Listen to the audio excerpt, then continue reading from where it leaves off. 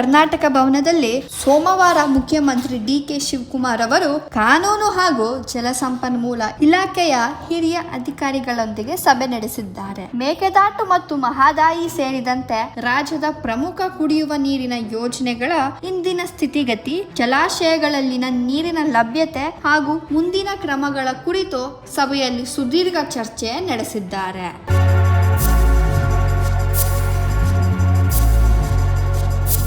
ರಾಜ್ಯದ ಹಿತಾಸಕ್ತಿ ಕಾಪಾಡುವ ನಿಟ್ಟಿನಲ್ಲಿ ಕೈಗೊಳ್ಳಬೇಕಾದ ಕಾನೂನು ಮತ್ತು ಆಡಳಿತಾತ್ಮಕ ಕ್ರಮಗಳ ಬಗ್ಗೆಯೂ ಅಧಿಕಾರಿಗಳಿಂದ ಮಾಹಿತಿ ಪಡೆದಿದ್ದಾರೆ. ಸಭೆಯಲ್ಲಿ ಸಚಿವ ರಾಮಲಿಂಗಾರೆಡ್ಡಿ, ದೆಹಲಿಯಲ್ಲಿರುವ ಕರ್ನಾಟಕದ ವಿಶೇಷ ಪ್ರತಿನಿಧಿ TB. Jayachandra, advocate general Shashikiran Shetty, ಅಪರ ಮುಖ್ಯ ಕಾರ್ಯದರ್ಶಿ ಗೌರವ್ ಗುಪ್ತಾ, ಸಿಎಂ ಕಾರ್ಯದರ್ಶಿ ನಕುಲ್, ತಾಂತ್ರಿಕ ಸಲಹೆಗಾರ ಜಯಪ್ರಕಾಶ್ ಸೇರಿದಂತೆ ಹಲವು ಹಿರಿಯ ಅಧಿಕಾರಿಗಳು ಉಪಸ್ಥಿತರಿದ್ದರು.